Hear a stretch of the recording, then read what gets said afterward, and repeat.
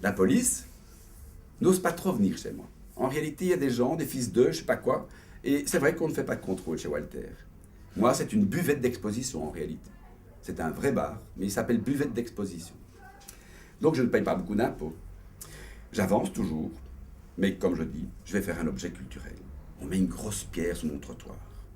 Mais, à côté de Rijamar, à côté, vous avez des voitures de luxe qui s'arrêtent, avec des chauffeurs. Et pendant que cette voiture est arrêtée en attendant que son client choisisse des beaux petits couteaux bien pointus et de belle qualité, eh ben, vous avez un sculpteur qui tape sur sa pierre bleue et qui commence à construire une femme enceinte. De cette pierre, il va y arriver, il va tirer un beau parti. Moi, j'ouvre maintenant la journée, c'est les circuits touristiques. Le bruxellois est touristiqué par le Sablon, par la Grand Place, et tout le monde passe devant chez moi. Donc la journée, il y a exposition. Ici présent, vous avez M. Cardou qui a perdu un peu de croll à sa boucle. Mais on a fait des bonnes expositions. On a fait tourner plusieurs artistes là-dedans. De certains Luc Dubar, de ceux qui ont des objets très américains, qui sont influencés par un certain Rick Griffin, faut-il connaître. Ça ressemble à des images de surfeurs. Vous avez des points de fuite dans les toiles dans lesquels on pourrait rentrer et ne plus jamais sortir. Cet artiste est venu au début, il était toujours en face de chez moi. Il s'assied, il fumait un petit bazar comme ça, qui fumait très peu d'ailleurs, et puis il avançait et il faisait la façade de mon voisin. Moi, je ne suis pas graphiste, je suis peintre instinctif, de la nature de l'art brut, je pense. Et donc je demande à ce monsieur, tiens, est-ce que tu ne peux pas faire le sigle de mon établissement? Il m'a fait un très beau sigle, il se trouve sur la photo là. C'est un peu Goldorak, je ne sais pas, une espèce d'éclair qui avance dans le ciel, dans lequel il est écrit Zazou. En fait, je viens de baptiser et d'ouvrir légalement maintenant mon bar. Il s'appelle Zazou. Jusque maintenant, il y avait une plaque de voiture, c'est écrit Entracte. Mais maintenant, je mets un sigle sur ma façade. Je vais devoir déclarer cet établissement, je le sens. Mais, parce qu'on n'en est pas encore là. Dans toute cette évolution d'exposition, c'est vrai que de temps en temps, mon voisin de la côté de Rijamar va arriver en criant « Non mais ça va pas ou quoi, j'ai des plaintes parce qu'il y a une Bentley qui a tous des éclats de pierre parce qu'un sculpteur a commencé à tailler une pierre sur le trottoir. Et c'est clair que ça a abîmé la voiture. Donc je dois assumer des trucs comme ça. Je dois assumer le fait que tout d'un coup, tout ce qu'on est ici, je vais sortir de mon bar et je vais prendre des gros pots de 5-6 litres de couleur et faire une grande tache ici. Vous êtes tous obligés de passer par cette mer de couleurs.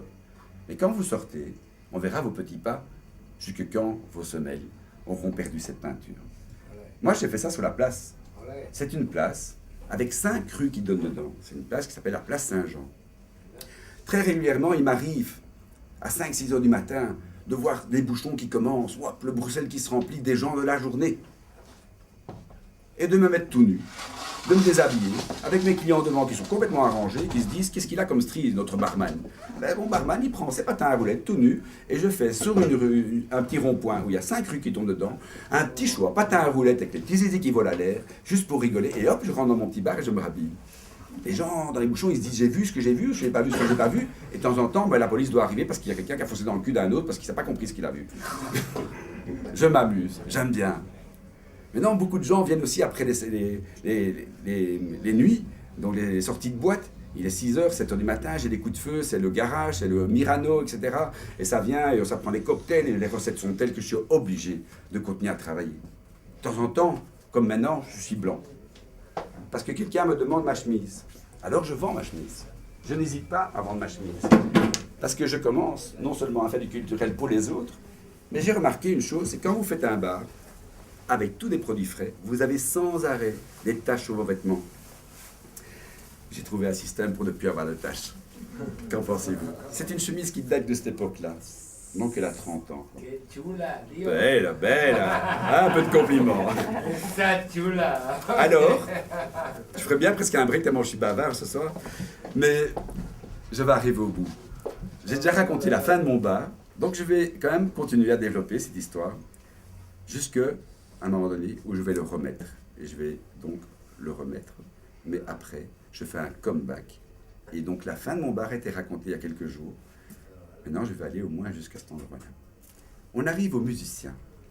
Les musiciens. Connaissez-vous pas? Tuxe de Moulin, Vallas Condios, Arnaud. Tous ces gens-là vont fréquenter mon bar. Peu, ou beaucoup. Et petit à petit, je vais rencontrer ces musiciens et savoir ce qu'ils font comme musique. Sinon, des fois, il y a une improvisation gutturale, n'est-ce pas, Caetano, je crois. Et je me dis, tiens, mais qu'est-ce qui chante bien? Des gens comme Tix the Moon, c'est une musique absolument noire, qui flirte avec la mort tout le temps. Ce sont des gens qui prennent la drogue, l'héroïne, s'il vous plaît. Donc, de ce groupe, il y a moins de gens. Mais à l'époque, ils étaient encore bel et bien en vie, peut-être avec une mauvaise mine, mais ils étaient là. Donc, on a eu des soirées avec ces gens-là. On a bien eu un Arnaud qui est bien venu aussi faire de sa gueule avec une belle gonzesse, hein, et encore demander un petit bazar tout plein de mousse, comme ça, si tu veux bien m'en mettre un autre. T'as pas une bière? Non, j'ai pas de bière, monsieur Arnaud. Je connais bien Arnaud, je suis un fan de sa musique. Arnaud est une chose, moi j'ai connu Tissimatic. Et je suis un fan Tissimatic. Quand ce type vient dans mon bar, je n'hésite pas de prendre un des bons disques que j'aime bien de lui et de le mettre. Ou certains autres musiciens sont offusqués, parce que ça ne se fait pas. Moi je trouve que ça se fait. Quand tu aimes bien quelqu'un et qu'il est créatif et qu'en plus tu as la chance de l'avoir à côté de toi, n'hésite pas à lui lancer un compliment, ça fait toujours du bien, même s'il le prend mal. Maintenant, au niveau musical, vous avez ça. Et un certain Dirk, si mes souvenirs sont bons. Un peu de banane. Et mon établissement va être fréquenté par des bourgeois, par des gens du Sablon. Puis aux petites heures, vous avez des punks, des skinheads, des machins. Le mix incroyable. Je n'ai pas de sélection, je ne dis pas bonjour à tout le monde avec un grand sourire. Mais je fais mon truc comme j'ai envie de le faire, et ça plaît à beaucoup de gens, et même des gens très différents. J'adore, c'est gay, quoi. Et paf, 4 h du matin, l'arrivée des skinheads. Un jour, je me rends compte de ce que c'est un skinhead. Un skinhead raciste, non, dangereux. Je refuse les skinheads. Il y a des brocanteurs qui viennent chez moi. Ici, c'est chez moi, tu comprends? Ils se comportent comme ça. Et ils viennent avec toute une bande de gens très forts, parce qu'ils sont tout le temps en train de porter des meubles. Le patron, il est bête comme ses pieds et sympathique comme tout. Mais il me casse la baraque. Il y a un petit couple qui est là, une petite table, ils sont tranquilles. Hop, vas-y que je te plotte la bonne femme, elle est mignonne ta petite gonzesse et tout. Alors barman, tu veux même petite boire Je regarde ça, je dis c'est pas possible, ces gens ils doivent partir. Ces gens, je ne veux plus les avoir. Mon bar est toujours très beau, très design, avec du verre partout. Une voiture au plafond qui est un jeu. Quand tu veux boire gratuit à mon bar, il suffit d'une chose. Tu superposes les tables et les tabourets, tu grimpes à cette bagnole au plafond, tu t'assis dans le fauteuil au plafond, tu as à boire jusqu'à la fin de ta mort. Donc les gens le font, mais très peu de gens savent se soulever de cette façon-là et attraper un guidon de l'autre sens et taper ses pieds dans une voiture et s'asseoir dans ces voitures. À l'envers, je dis bien. Mais c'est un show. Ambiance, gay. Il y a un tas de gens fous, je suis un peu fou, c'était très bien. Maintenant, ces brocanteurs, par exemple, je vais dire, ils chiaient dans mon endroit. Voilà. C'est des gens bourrés d'argent. En 1 heure, ils vous déposent votre recette du soir, de toute la nuit. Donc c'était dur à dire tout d'un coup, je n'en veux plus, mais c'était plus possible. La façon dont ils se comportaient avec les gens, des petits gens qui avaient des beaux petits couples qui traînaient là, c'était l'un ou l'autre. Je dis, je ne vous veux plus. Ils vont tous se réunir, et ils sont 27 personnes. Et ils vont tous chez mon voisin Rachid, et ils fixent ma vitrine, avec leurs gros bras, et ils vont chez mon voisin. Je me dis, putain, c'est grand jour aujourd'hui. Bon, c'est rien, je dis, en bas de la cave, j'ai une grosse barre de mine. Ils veulent choter, on va choter. Moi, je ne sais absolument pas me bagarrer, mais je peux avoir un langage de vrai voyou. Mais je ne sais pas donner une baffe, sauf tourner sous ma main. Ils vont venir, et le grand arrive, le chef. Il a, je ne sais plus, mais plus de 1000 mètres carrés d'exposition à Scarbeck, de brol, de trucs, de brocante. Il est bourré de sous. Il dépense beaucoup tous les jours. Et je lui dis, tu sais quoi, tu es grand, beau et fort, ok. On va faire un bras de fer tous les deux. Parce que je sais que tu es imbattable au bras de fer. Je ne fais même pas un tiers du quart de son bras, avec mon corps. Et je mets mon bras contre le mur. Et j'ai dit, monsieur Guy, mettez mon bras par terre, et vous aurez ce que vous voulez. Oh, c'est pas du jeu, c'est pas du jeu. Je dis, oui, c'est la seule façon que j'ai trouvé de pouvoir je ne sais pas moi, être à son niveau. Il y a des petits merdeux de sa bande qui passent derrière mon bar et qui prennent des bouteilles, qui se servent. C'est parti, Walter va tout péter. Mais c'est moi qui vais tout péter. Je dis, ah, ils veulent casser mon bar? Eh bien, on va le casser, on va bien rigoler, au moins j'aurai mon plaisir. Et j'ai pris ma barre de fer et j'ai tout pété. Ils m'ont regardé, ils ont dit, mais il est complètement dingue. Ah oui, ça on savait déjà. Mais à ce niveau-là, mon Dieu, j'ai très peur, donc je suis aussi dans l'agressivité. Je destroy tout ce bar et mon bar va tourner de design. Il va avoir maintenant une cadence d'exposition de au moins un décor par mois. Parce que tout est pété, j'ai tout pété. Eux m'ont regardé, ils ont dit, bon, ben, à la masse, ok, on n'ira plus, à tout casser. Et moi, j'ai refait ma clientèle avec une improvisation. Tiens, le long du chemin de fer, il y a plein de potagers. Mais le long des rails du chemin de fer, il y a plein d'arbres.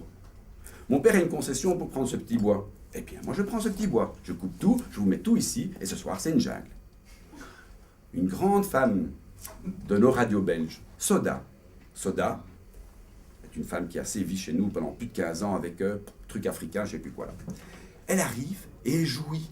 Sa langue tourne autour de sa bouche et elle s'assit devant moi, à mon bar, et je me dis, mais qu'est-ce qu'elle a? C'est incroyable. En fait, dans mon décor, je fais ça avec des palettes. Et des palettes, il y avait un grand clou. Et elle s'est mis le clou dans le pied. Nom de Dieu. Voilà pourquoi elle avait une telle attitude.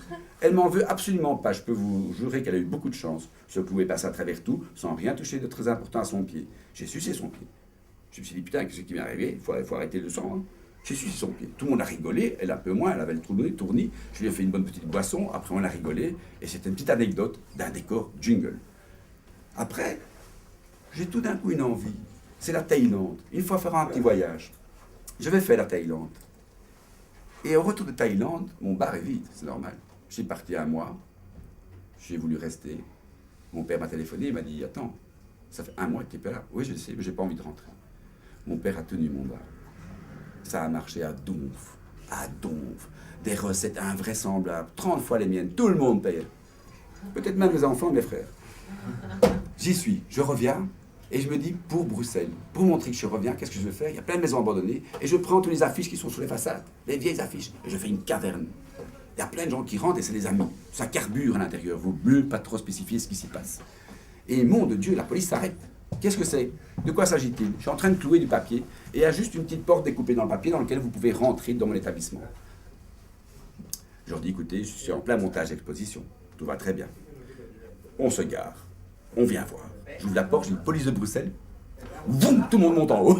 On nettoie vite, je sais pas quoi. Et ils passent dans tous les papiers. Ils regardent tout ça. Je leur offre un petit verre. Et ils vont repartir aussi bien qu'ils sont rentrés. Ce bar a donc amené maintenant à toutes les folies. Les décors se changent, les stylistes arrivent, une jeune femme arrive. Mais elle aurait pu arriver avec sa vache. Parce qu'elle avait sa fille. Et elle voyageait en stop. Et c'est une Africaine. Elle n'a pas un bal. Et elle a trait des vaches pour pouvoir vivre et survivre dans tout son voyage. Elle me demande le gîte. Mais il n'y a pas de problème. Je lui dis, écoute, loge dans le sauna. Quand tu fermes la porte, il y a 5 rues sur cette place, comme j'ai dit. Ça fait du bruit tout le temps. Tu as les bus qui redémarrent et tout. Mais dans le sauna, quand tu fermes la porte, tu n'entends plus rien. Elle vit là. Une jeune styliste qui arrive avec son copain, un panier à fruits, des cheveux dressés comme ça. Un petit jeune, tout mignon. Oh là, hombre. Je le regarde, je dis, ils sont mignons, très stylisés. Cette femme est styliste. Et elle me demande si elle peut faire des collections de vêtements avec mes toiles. Mes toiles à l'époque, ça ressemble à ceci. C'est du drap de lit peint. C'est une peinture textile, c'est lavable. Tu fais ce que tu veux avec ça. C'est pas très agréable. La peinture ne l'est pas trop, mais à un certain niveau de travail, ça peut être convenable et porté comme une chemise comme ceci, lavable et assez douce. Elle va faire toute une collection. On va faire un défilé. Je ne sais pas ce que tu me dis, Antonio, mais si tu veux que je fasse quelque chose, fais-le toi-même. Fermez l'armoire?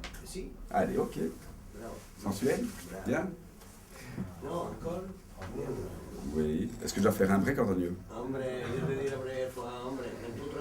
Et je termine. On en était, je ne sais plus, à l'armoire, hein, c'est ça, Antonio? Ça me fait une belle liste. Donc la vie de mon bar se développe, il y a une styliste qui va tout recustomiser, tout repeindre, mettre des tissus un peu à gauche, à droite, ça devient mignon, féminin. Et franchement, le bar a sa belle vie. Mais ça reste un endroit où, le soir, de nouveau, a écrit un article, Melkweg, point d'interrogation. Melkweg est un endroit à Amsterdam où tout est permis. Mon endroit, effectivement, tout est permis. Il y a des choses très graves qui y sont passées, finalement, aussi. Donc, j'en ai un peu marre. Je peins à l'époque de plus en plus, de vêtements, et notamment une grande grille, des grands barreaux, avec 2 mains qui tiennent ça. Ça vous rappelle pas une pochette de Supertram? Moi, oui. J'ai compris que mon bar était une prison, que je voulais passer à autre chose. Même que je parte de temps en temps, Thaïlande, ou bien un peu de Grèce, etc., je sens que ce bar, j'en peux plus. Ça me prend une énergie dingue, je suis un petit peu dans les états seconds, sujet à tout ce qu'on peut me proposer, et donc à le consommer aussi. C'est un peu pathétique, c'est un peu triste. Je vais arrêter ce bar.